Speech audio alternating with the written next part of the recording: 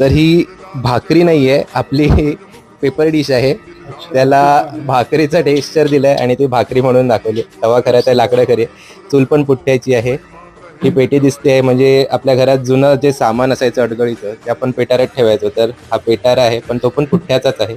संपूर्ण पुठ्ठ्याचा त्याला तसा रंग दिला, त्यामुळे तो लाकडी किंवा पूर्ण पूर्ण पुठ्ठ्याचा आहे. आणि तो हे बघू दाखवायला शकता मुद्दाम तुम्ही किती मुद्दाम सुंदर. हे मुद्दाम आणि हे ठेवलं मेटल आहे वा त्याच्यावरती, वा. कारण बाप्पाच्या मूर्तीचं वजन त्याच्यावरती व्यवस्थित पेलावं म्हणून ते हे केलंय. तर मग हे सगळं पुठ्ठ्याचं आहे. त्यानंतर त्यावेळी आपलं जे दळण असायचं ते जात्यावरती केलं जायचं. तर तो जाता तोही पुठ्ठ्याचा आहे. तो पण आतमध्ये कुठ्याचा आहे? तो पण पुठ्ठ्याचा आहे. आतमध्ये मशीन आहे आणि तो मशिनीच्या साह्याने फिरतोय. पीठ वगैरे खरंच टाकलंय.